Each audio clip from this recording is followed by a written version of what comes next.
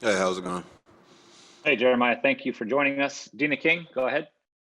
Hey Jeremiah, how have you grown as a player and a person since you first stepped foot on Chapel Hill? I'd say it's definitely been a lot more vocal in the locker room, and then outside around the team. When we're not around the team, I think I also became more vocal. I think that's just come along with since the Mac and the staff had came in. I think playing that first year and with the older guys and them coming to me for advice, them coming in to check in with me with stuff on the field. I think that gave me the confidence to start being more vocal on the field and in the locker room. Was there a moment early in your career here that it just hit you that you could play at this level? Yeah, I think that was I think a year before Matt got in here. I think that I figured that out because when I came in, I was like 190 pounds, 195 pounds. I mean, I wasn't at the weight or size at all to really play Power Five football at inside linebacker at an effective level. So I think when my second year came along, I think I really really got the confidence that I believed I could play on this level. And then I think when Coach Matt came in and his staff, I think they just boosted my confidence, knowing that I could play on this level, and I think that just carried out onto the field. Thank you. Okay, Michael Coe, go ahead. Hey, Jeremiah. So you've been described as sort of the heart and soul of this defense. Once you've graduated, who do you see taking over that mantle as, defensive captain, defensive leader? Man, I think it's going to come with a variety of guys. The guys who are going to end up staying. I think Cedric Gray is a perfect example, a guy who's starting to learn his position and a lot of positions around himself. I think Kamen Rucker has been a quiet leader on this team who's done everything right. Says knows when to stand up and say things and knows when to let things be. I think Cedric Gray and Kamen Rucker are two guys that I think really going to be able to carry on this process. And then they've been doing stuff that I've seen throughout the year that they weren't doing a year ago, and I think that just came with their confidence as they played on the field, getting guys together, getting guys in the film room, and out being asked to do so. So I think Cedric Gray and Cameron Rucker are two guys that I think will help carry on this process. Thank you. Gregory Hall. Jeremiah, what's been one of the highest highs you've experienced, and then what's been one of the lowest lows since you've been in Chapel Hill?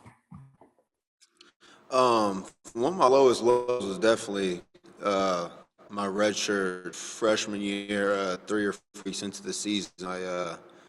I thought I had an adductor strain during practice one day, and then the following week I got an MRI and I found out I had tore my adductor. So definitely when I tore my adductor my redshirt freshman year, and I wasn't able to finish out the season, be a part of the team, and really work out at all. That was probably definitely my lowest lows. Being here at Chapel Hill, not being a part of the team, but not really feeling like I was out there helping the team get a win together, and not being out there to help. And then my highs of highs, I think it was actually the first game that Coach Matt got here, and when we played in Charlotte against South Carolina. I already knew. I felt the atmosphere change as soon as Coach Matt came in with everybody. He brought his staff. I mean, working on the weight room, Coach Chaz. I felt the energy shift. But I believe when we beat South Carolina in Charlotte that very first game, I felt like the energy really pushed. I felt like time have changed around here that we could really be a good Power 5 football team. And on Saturday, when you're honored for Senior Day, who all's coming up? Any family? Just what's that? What do you expect that day to be like for you?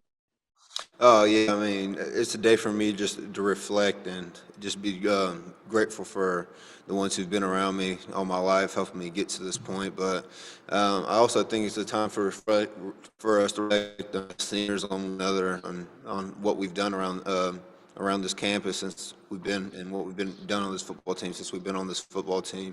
I'm definitely hugging the guys I've been around since I've gotten here, like Tamon Fox, Garrett Walson. Jordan Tucker, Marcus McKeithen. I mean, the list goes on and on. The guys that I came in here with, and then the guys that I'm leaving here with, we've been through some hard times, we've been through some rough times, but I think it's a time to reflect on one another and just be happy and grateful. Just being a part of each other, for being a part of this team and being a part of each other's lives for so long, and then playing ball for so long. So I think it's going to be a time not only for us to reflect on our families and everything they've done great for us, but also to reflect on one another and be grateful for one another. CL Brown, go ahead. Hey, Jeremiah. It seems like everybody I've ever asked about you as a player will mention in some way, shape, or form your film study. When did you kind of embrace that and come to use that as, just as part of your preparation? I think that was when I thought I was really supposed to be a starter. The spring when Coach Mack and them came in, I saw my game evolve where in a position that I knew it could go to, but how could I keep evolving my game more and more? And I think that just played onto the film room, because I don't care how long you've played football, how long you've been in the game, how much you think you know the game. The film room never stops. They're learning. I mean, it goes on and on with concepts, schemes that different offenses run. So I would definitely have to say my redshirt sophomore year, when that year before I was about to start, I think that's when my film level really excelled to the next level, because I knew how good I could be. It was just how could I get an extra edge, and how could I get an extra step on the opponent, and that was by watching film, getting better at film, and then as it came along, I loved being able to solve problems in my head, like with the coaches, and I think that's something that's carried a long way since I've been in college. Like just having those conversations with coaches, players on what concepts we should run, and maybe some concepts that we should throw out if we're feeling a certain type of way about the concept. And this might sound like a strange question, but at what point did you kind of understand what you were looking at? Like you went beyond looking at formations, you know what I mean? Like you were able to pick out specific things, maybe like how a guard lines up and how that might tip you off to if it's a run or a pass, and getting into the minutia of what you're at. I think that was probably midway year through Mac's first year, my first year starting. I think Coach Stig and Jeff Schottmer do a great job of just picking up tendencies on offenses, whether it's the depth of the running backs, the pass stance of the offensive tackle, whether the receiver at number 1 or number 2 is on the ball or off the ball, became huge tendencies. And I think that's just something our coaches do a great job of picking up on. And as they were picking up on, and it was starting to give me keys on the field that helped me play better. I mean, as players, as you're starting to watch film, you also try to pick up on some tendencies that the players, the opponent that you're facing are doing. So it's always great to have that help in the background, because there would be mornings we'd come in on Monday, and we'll be looking at film, and we think we have some good keys, and then Coach Stig or Coach Schottman will walk in, and he'll have some great information and great tips on how to get a jump on the guys. And I think that's just all the tools that we use to help be better on the football field. All right, if I can just ask one more related to that. So once you started getting into the film, did you kind of look back on, man, I could have been doing this a year ago and I would have been better? Like, was there ever any kind of like light switch moment, I guess, for you? Yeah, I say it was definitely a light switch moment that year, but that's kind of the thing I tell all the younger guys when they get in here, and they sometimes they get frustrated or they get upset with the defensive scheme because it's so hard to learn. I try to tell them it's a process.